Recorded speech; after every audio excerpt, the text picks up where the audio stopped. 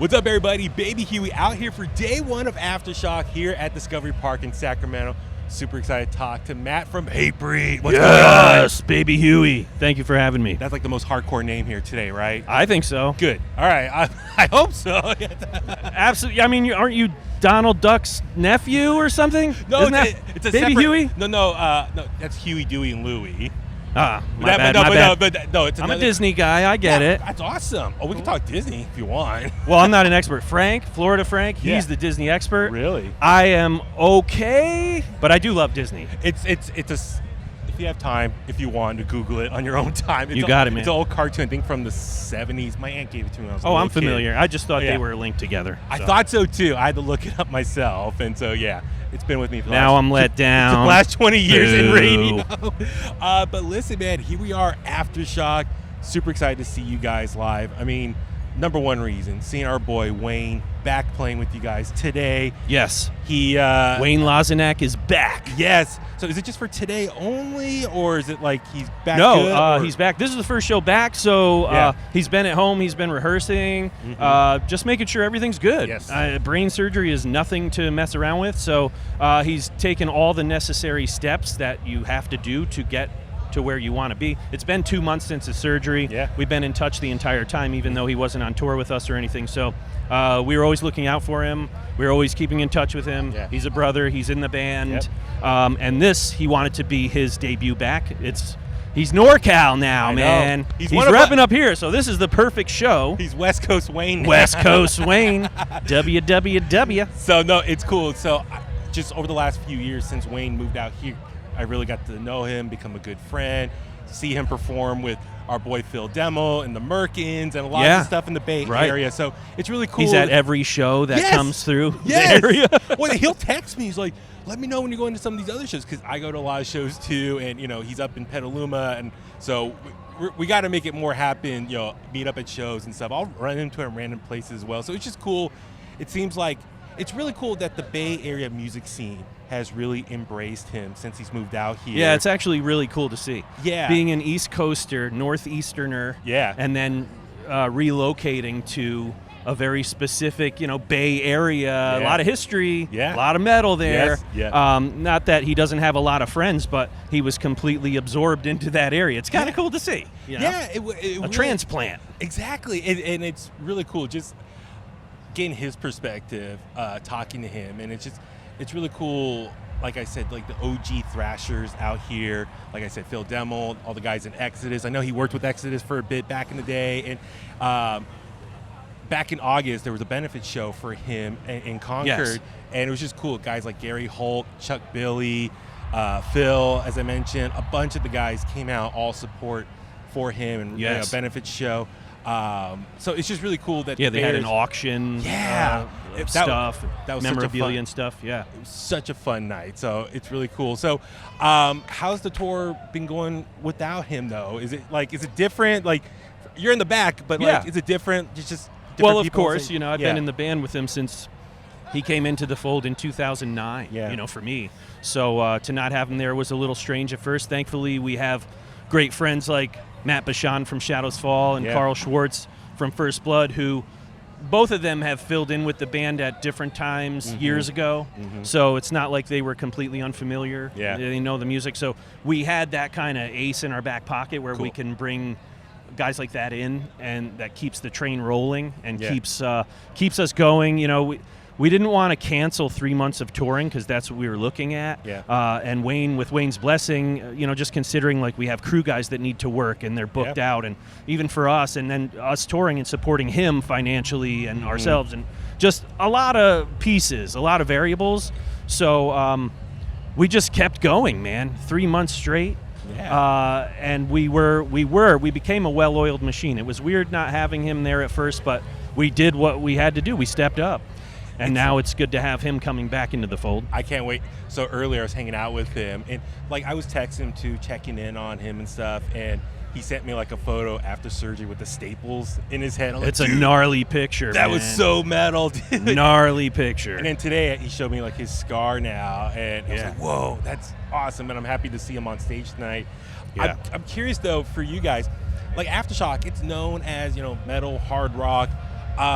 Today, though, Thursday, if you look at like the flyer, the lineup, it's a lot of like pop punk bands and stuff. But then see you guys, All Shall Perish, Heavy. Our stage is heavy. Yes, very heavy. So like, do you guys like mentally like, all right, you know, we got like the pop punk bands going, you know, All Time Low, Good Charlotte, Blink-182. That kind of motivate you, like, let's go out there and like just kick some ass and like really absolutely. get the bit going. Yeah. I think a big part of it is, you know, doing a show with like pop punk bands like that. You know, a band like us is going to be playing to people who've never heard us before. Yeah. Maybe seen the name, maybe heard the name, but they know nothing about our music. So we're getting exposed to newer fans, and that right there is gold. Yeah. So we're going to go out and give it our all, and be as heavy as we possibly can be, and bring the production and the stage show, and really like make our mark on a show like this. I want to ask about your... Speaking of which, I think we go on soon, so... I know. All right. What time is it? Yeah, I was like, okay. Oh, no, we're good. Okay. We're good. I want to be courteous of your I was just panicking for a minute. I'm like, is it almost time? I don't know. Do you have to warm up? We're good. No, we're good. Okay. We're good. I just want to ask real quick, your guys' influence, hardcore. There have been, over the last 15, 20 years, a lot of pop punk bands who have incorporated like hardcore beats and riffs into their music. You know, sure. Bands... obviously, like, Newfound Glory, even A Day to Remember, and a lot of these bands. I was always kind of curious, from a band that's well established in the hardcore scene like you guys, what are your thoughts when bands kind of like take elements from you guys and put it into their music and kind of create their own little music? Is that cool? Like, all right, we're influencing a lot of next generation of bands. It's totally cool. You know, we're a 31-year-old band now. So there's this.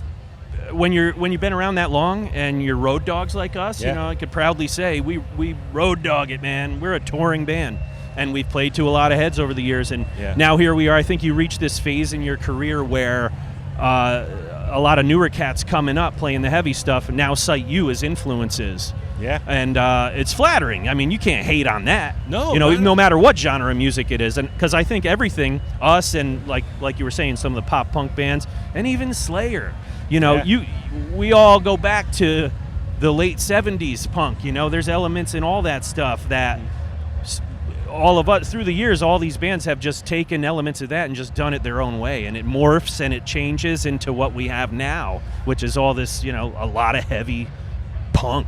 Yeah. Well, I'm, if you can, like, I've been kind of on a little bit of a hardcore kick lately. Like, there's a great podcast, for anyone who doesn't know, on YouTube, Hard Lore. Great YouTube channel. Oh, I love it. Yeah, great. They pay a lot of respect to a lot of the older cats. Yes, and I was watching underground stuff. They just did like a 2-part, 4-hour interview with Davey Havoc of AFI. And in that interview, they talk a lot about hardcore, what it means. Like, not only the sound, but the ethics behind it all. I would love to kind of, from your perspective, like, what does hardcore mean for you? Because they were talking about, like, Davey Havoc reference, he's still a big fan of, like, Negative Approach. Sure. And a lot of the OGs like that. But then I remember when I was younger in the late 90s, early 2000s, I was going to, like, I remember going to shows at Gilman and stuff in Berkeley. And I see... Legendary place. Yeah, like, but hardcore bands playing there at the time, and it's more of the movement, the swinging of the arms and the legs and the kicks and stuff. Sure. And it's a little bit, like, more heavier, you know. I'm just curious, like, what is your definition of, like, hardcore music and even, like, the ethics behind it all? Well, I mean, the whole genre, it morphs as newer, younger people get turned on to it, and they're bringing their element into it. You see it in the dress and in the style and in the dancing style, karate chopping or just push moshing or whatever. It all kind of morphs as the years go by. There was a time where everyone's wearing eye makeup and stuff, you know? But it's still very heavy, and all those different players within the genre are just bringing their touch to it all, I guess, you know? I mean, being around, what does it mean to me? Well, I'm a metal guy, I'm a heavy metal guy, I'm a thrash guy. Yeah. That's what I was listening to when I was a teenager. Being from New York, so you have the New York City, I'm an hour and a half north of New York City, but you still had the hardcore punk stuff that was spilling out of New York and starting to, I mean, that was such a movement in itself. So I was heavy metal first. I was a thrash guy. That's how I learned to play my instrument. I was really influenced by that. Hardcore punk came later for me. Okay. And then once I started absorbing that stuff, like Sick of It All, the Cro-Mags, Agnostic Front, of course, all the main godfathers, the main players in the New York scene. Yeah. Once I got turned on to that, that I could see that where the thrash guys got it from. A lot of them got it from them. They just cleaned it up and played it better and added solos and stuff. But everything was always fast and aggressive and a lot of energy, high energy, a lot of moshing, and just like everything is just pent up and then it explodes. So to me, I don't know, a one-word definition for me, I guess, would be community through all of it. Just you could take this festival, for example. You know, I did another interview where someone was like, well, this is the 13th year of this particular festival. And a lot of the Wimmer festivals now have been around for a long time, and they're huge, and they're just getting bigger and bigger every year. And why is that? Well, it's because it creates a big community. And these people, all of us, actually, bands and fans and just generally, look forward to coming to this every year. And you make friends and you make family through all that, and you take care of each other, whether you're in the pit or just camping out here and doing your thing. And it becomes one huge community. I love and that's what it is to me. That's so cool. I love it. And then like being in a band, then we're out here hanging with all our bros, you know, who we haven't seen in a while. And that becomes, whether you're in Europe playing the festivals over there, or South America, or here at some of the Danny Wimmer Fests, it's like you're running into dudes you haven't seen in a while. Oh man, where you been? Oh, we were over in Europe for a couple weeks. Now we're here. Yeah, we're going back over there. And it's like broing down, you know. That's what it is to me. I love that. I love hearing that. That is inspiring to hear. And it's just, I remember, when I started going to punk shows in the late 90s, underground shows in Oakland and Berkeley and Richmond. Yeah, you're right. Like, I love being around people had the same interests as me, and just you feel welcome. You feel like, you know, connected. Commonality with people, and the common denominator is heavy metal. Absolutely. So I gotta admit, I texted Wayne earlier. I was like, where is he? He was here earlier. Is he hawking around here somewhere? He's been back and forth all day. So so I asked him, like, hey, I'm interviewing your drummer. Got any questions? You're like, the drummer. That's all they gave me. He did say, like, I can't think of anything. Oh, that's my best Wayne impression. But anyway, he said, I do a great Wayne impression. I won't do it right now, but okay. We'll save that for later. No. I got a great Wayne impression. He said he likes wine. So is that true? Are you a big wine connoisseur? Yeah, I'm a wine guy. Not like Pinky's Up, you know, but he makes it sound like, oh, yeah, Pinky's Up. But no, I like red wine. I really do. I'm not an expert. You know, give me a $10 bottle of wine. I know what I like. I know what I don't like. Yeah, man. Oh, I got to use that term. I'm stealing that. I am stealing that. I heard Sky Ian say that for the first time on VH1 years ago. I was watching VH1. It was remember that old super group with Ted Nugent? Oh, yeah, the show. Yeah. The guy Evan from Biohazard. Yeah. Sebastian Bach, I think, was on it. Good memory, yes. I remember watching that, and he said $2 Chuck, and I was like, what's that? So I didn't, went to Trader Joe's, and there you go. So, okay. Yeah, I like, it's cool. Maybe I show my age a little bit, or the progression of, like, you know, been doing this a long time. It's cool to play a show, get off stage, and just have a glass of wine and chill out. Okay, red wine. It's not very hardcore punk. No. But that's my style now. Hey, man, it's cool, man. It's like, that's my style now. It's mature. It's mature. Mature, that's a good term. Maturity. $2 Chuck over here. Mature $2 Chuck. Yeah. Listen, I know you got to run and get warmed up. I just want to ask, what's next for Hatebreed? I know you had a single, it was earlier this year, but just looking ahead, new music coming up? We just released a single over the summer. Yeah. We have a new record that'll be coming out next year. Not sure when, but it's about 90%, 85% done. Still tweaking some stuff, but next year's our target. We released a single, Make the Demons Obey. We've been playing it live. We're playing it tonight. Sweet. It's very fast. It's heavy. It's Hatebreed. Has Hatebreed all over it. So it's a lot of fun to play. It's always fun playing the new stuff, you know. Totally. We've been playing I Will Be Heard since 2002. So as much as you love that song, it's fun to play newer stuff. I can't wait to see you guys. Last time I saw you, the crowd sets it off, man. I think it was at the Regency with Trivium, that tour. That was like... Oh, yeah, that was 2021 with Megadeth and Lamb of God? The one before, it was at the Regency Ballroom in San Francisco. I was at the one with Megadeth as well. That was longer. Yeah, that was... within 10 years? It's got to be 10 years. Yeah, that was a fun night as well. Yeah. Just obviously. Everything bleeds together after a while. It feels like it was yesterday, but Absolutely. It could have been 12 years ago.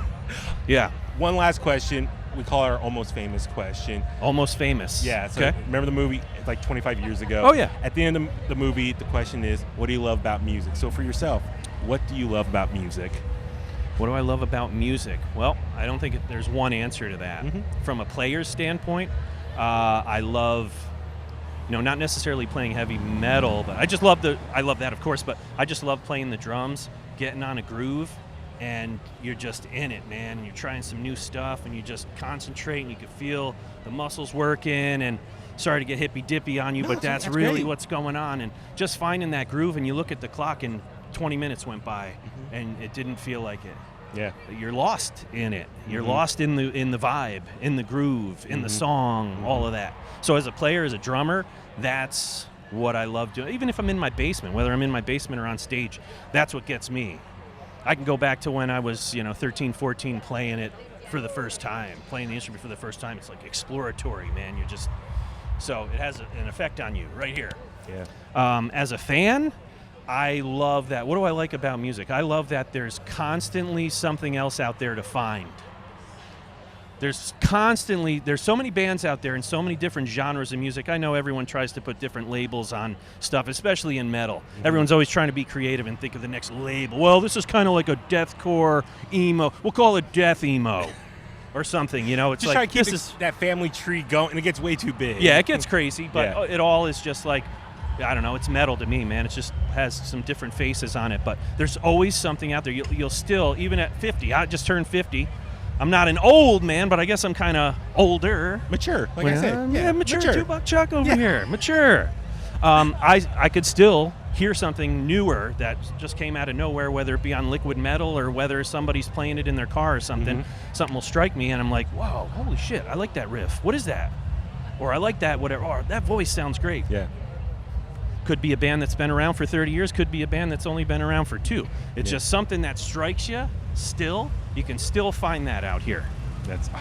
I love it. I love that question because always a different answer. So, dude, it's honest. I appreciate that. Listen, thank you so much. Good luck tonight. Good luck, Wayne, tonight as well. Good luck, Wayne. I'll be watching you. Yeah, you literally will be watching from behind. Thank you so much for your time and good luck with everything. Thank you very much. Thanks for having me. Awesome.